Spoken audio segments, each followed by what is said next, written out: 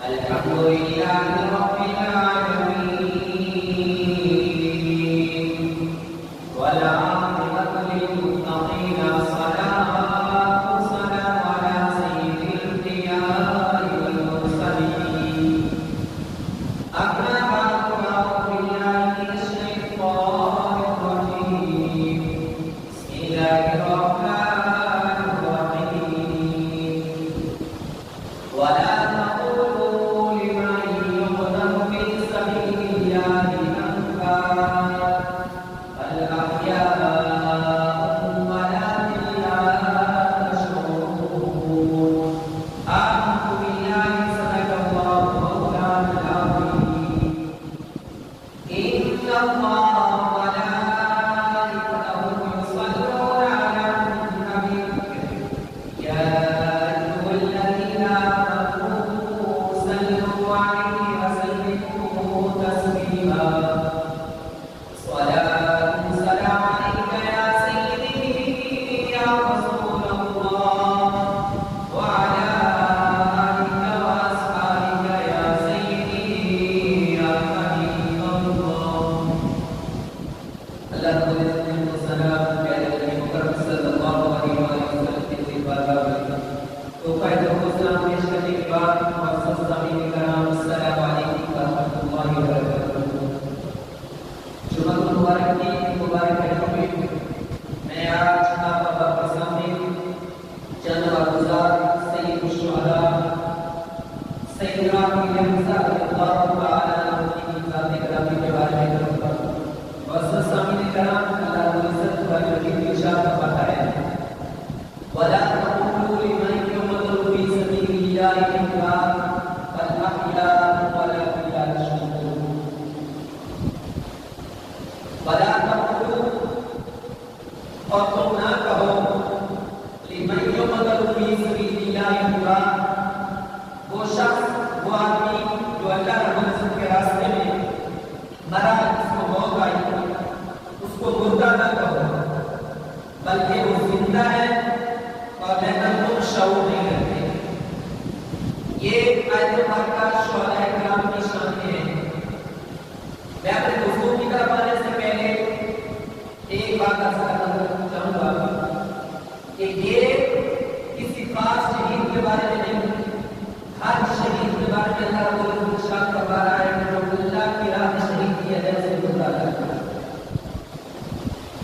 میں حیران ہوتا ہوں ان بدبختوں کے ذہن پہ کہ اللہ رب العزت فرما رہا ہے کہ ایک عام شہید کو مردہ نہ کہو، وہ زندہ ہے۔ دوسری آیات میں فرمایا اور اس کو یہ کہتے ہیں تمہیں شعور نہیں۔ آج کچھ بدبخت کہتے ہیں اللہ کے نبی بھی ہوتا ہے۔ افسوس ہے ان کی سوچوں پر کہ اللہ رب العزت کسی بھی نبی کے ایک عام سے آدمی جو اللہ کی راہ میں شہید کیا جائے اسے اس کے متعلق فرما رہا ہے کہ اسے مردہ نہ کہو، وہ زندہ ہے لیکن تمہیں شعور نہیں ہے۔ تو آج کچھ لوگ کہتے نظر آتے ہیں کہ معاذ اللہ نبی بن کر نبی ہو چکے ہیں، تو یہ عقیدہ قرآن و سنت کے خلاف ہے۔ مطلب سیدنا امیر حمزہ رضی اللہ تعالی عنہ آپ کا نام نامی اسم گرامی حمزہ ہے اور آپ نبی محمد صلی اللہ علیہ وسلم کے چچا ہیں۔ آپ کے القابات میں سے اسد اللہ، اسد الرسول اور سید الشہداء ہیں۔ منیت ابو عمارہ اور ابو یعلا ہے۔ یہ وہ مبارک ہستی ہے۔ امام علی مقام امام حسین رضی اللہ تعالی عنہ کا مقام و مرتبہ اپنی جگہ پہ ہم سے مانتے ہیں اور ہر بندہ مانتا ہے، لیکن ایک بات یاد رکھیے گا کہ نبی محمد صلی اللہ علیہ وسلم وہ دنیا میں واحد ہستی ہے جسے سید الشہداء قرار دیا، دنیا میں بھی اور قیامت کے دن بھی وہ بھی حضرت اللہ تعالی۔ امام علی مقام ہمارا اتفاق ہے کہ سید الشہداء ہیں، لیکن نبی محمد صلی اللہ علیہ وسلم کی زبان گرامی سے جن کے متعلق کہا گیا دنیا میں بھی اور فرمایا قیامت کے دن بھی سید الشہداء کی حضرت اللہ تعالی۔ وہ مبارک ہستی کہ جو اللہ اور اس کے رسول کے حکم کے مطابق خود کہتے ہیں میں اللہ کا بھی شیر ہوں اور اللہ کے رسول کا شیر۔ آپ جنگ میں دیکھیے آج لوگ ڈرتے نظر آ رہے ہیں فلسطین کا معاملہ اور کوئی معاملہ ہو،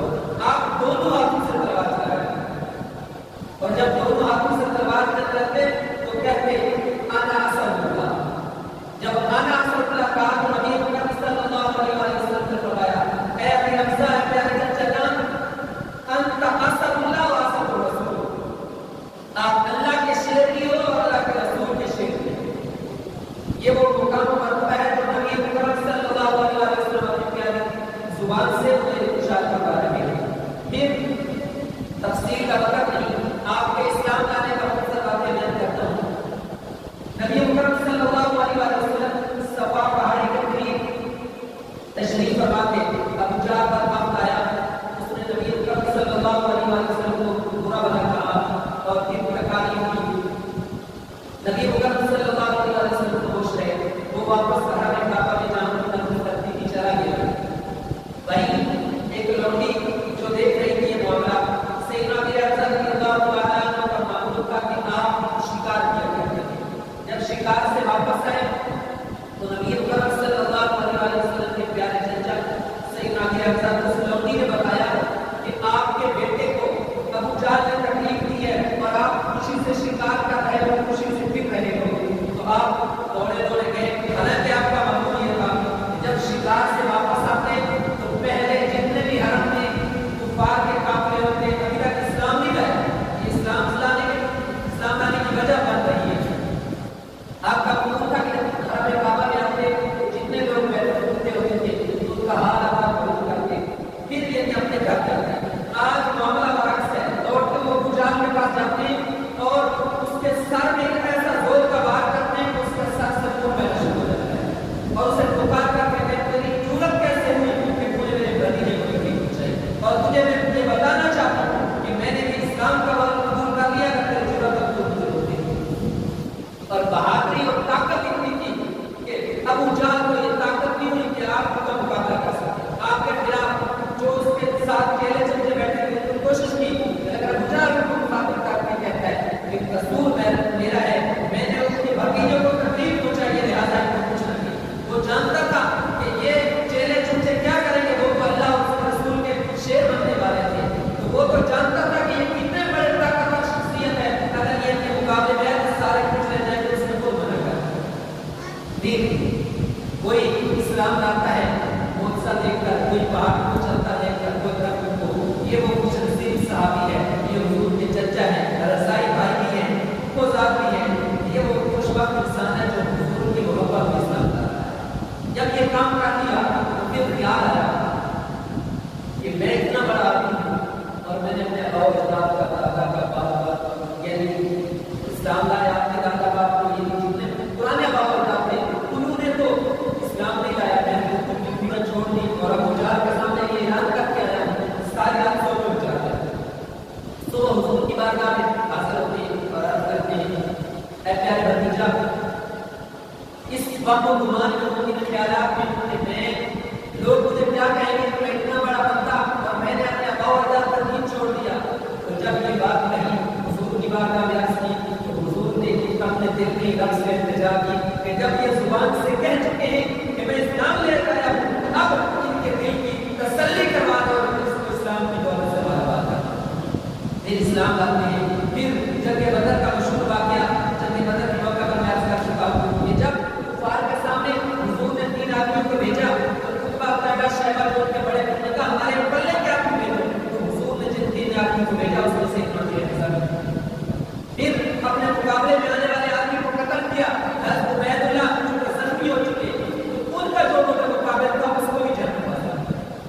اور پھر بھارتی کا مظاہرہ کرتے رہے. پھر جو آپ کی عظیم کارنامے ہیں ان میں سے یہ ہے کہ آج ہم دیکھتے ہیں کہ ہر بندہ غازی عباس علمدار کہتا ہے سب سے پہلے علم جو سب سے پہلا جھنڈا اسلامی جس شخصیت کے ہاتھ میں دیا گیا وہ سیدنا امیر حسین.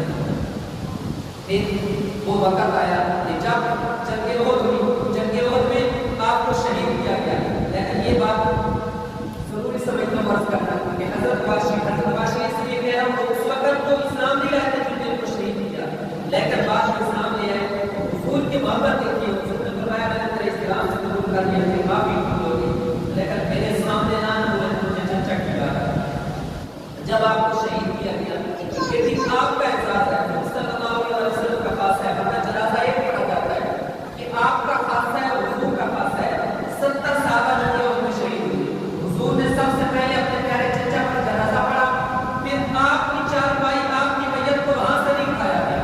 ہر ایک میت کو لایا جاتا، جنازہ پڑھا جاتا. 70 مرتبہ آپ کا جنازہ پڑھا جاتا. یہ صرف آپ کا خاصہ ہے.